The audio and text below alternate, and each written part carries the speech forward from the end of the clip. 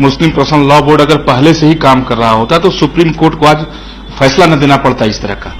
हम यहां खड़े नहीं होते भाई। नबूवत के दरवाजे बंद हुए हैं, लेकिन इज्तिहाद के दरवाजे बंद नहीं हुए थे।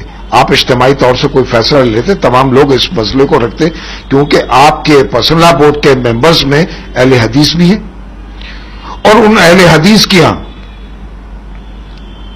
एक वक्त में 3 तलाक अगर दी जाती है तो उसको एक ही माना जाता है।